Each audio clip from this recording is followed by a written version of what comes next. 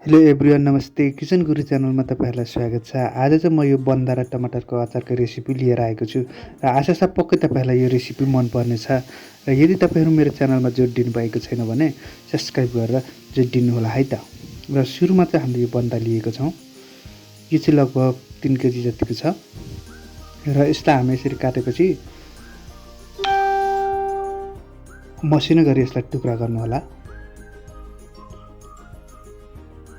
र यसलाई यसरी नै मसिनो गर्दै टुक्राउनु होला।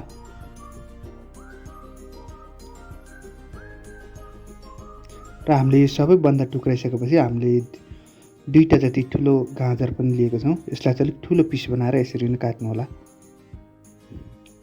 र यसरी काटिसकेपछि यसलाई हामीले घाममा 2-3 घन्टा जति सुकाउनु होला। र अब हाम्रो चाहिँ यो बन्दा र गाजर ओइलिसकेको छ। ल हेर्नुहोस् त यतिको भएको छ।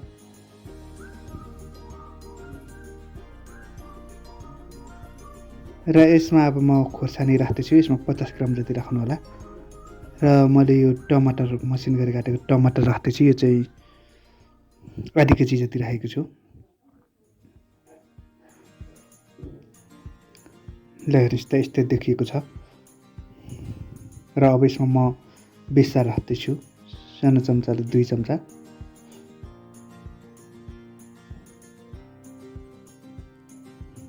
र यसरी बेसार राखिसकेपछि अब हामी स्वादअनुसार नुन राख्छौँ।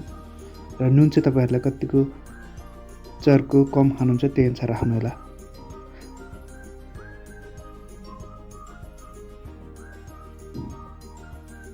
र हामीले अब यो नुन राखिसकेका छौँ।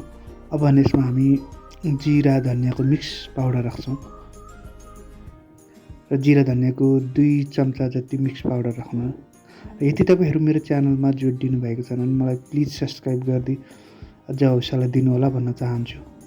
र आगामी दिनहरूमा पनि नयाँ रेसिपीहरू ल्याउनेछु। र अब हामी यसलाई मोल्नका लागि हामी थोरै तोरी भुट्दैछौँ। र हामीले हिट अन गरेर कराई राखिवरी तोरी राखेको छौँ।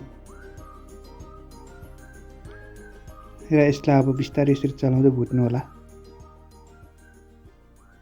र यो भुटिसकेपछि अब 1-2 दाना टुक्नु होला। यो चाहिँ कुटुक कुटुक गर्नुभयो भने चाहिँ अब हाम्रो तोरी पाकिसक्यो भन्ने बुझ्नुपर्ने हुन्छ। ल हाम्रो अब यो तोरी पाकिसकेको छ। अब यसलाई म नाङ्लोमा खनाउँदैछु।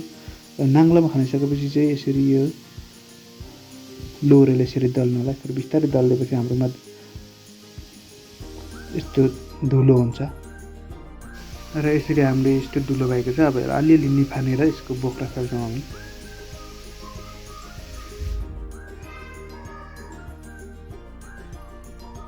र यसरी बोक्रा फालिसकेपछि अब यस्तै देखिएको छ। र अब यसमा हामी अहिलेको टमाटर बन्दा गाजरमा यसरी माथिबाट राख्छौँ।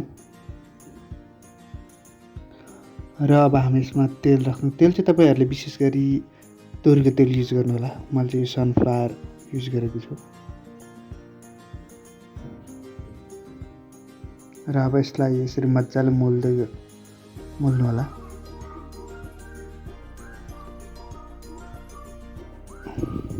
अब यसरी मोल्दै गएपछि यसलाई निकै बेर मोल्नु होला। र हामीले यो घाममा सुकाउनुको विशेष अर्थ चाहिँ पानी धेरै नआओस् बन्दामा भन्ने हो। बन्दामा तरकारीमध्ये 90% पानी हुने भएकोले एकदम पानी आउँछ। त्यसैले हामीले ओइल्याएपछि अलिक कम पानी आउँछ। र अब म यसलाई बट्टामा हाल्दैछु। यसलाई बट्टालाई वरिपरि घुमाएर यसरी हातले थिच्दै हाल्नु होला। ल हेर्नुहोस् त मैले हालिसकेको छु। र अब भने चाहिँ हाम्रो यो अचार यस्तो देखिएको छ। र यसलाई 4-5 दिन घाममा राखिदिनु होला। र 4-5 दिन घाममा राखिसकेपछि तपाईँको 10-11 दिनपछि चाहिँ यो अचार खानलाई एकदम रेडी हुन्छ। अम्लो पिरो एकदम मिठो अचार हुन्छ। र आजको रेसिपी कस्तो लाग्यो तपाईँलाई? यदि मन पर्यो भने लाइक, सेयर, सब्सक्राइब र कमेन्ट गरिदिन नबिर्सिनु होला। धन्यवाद।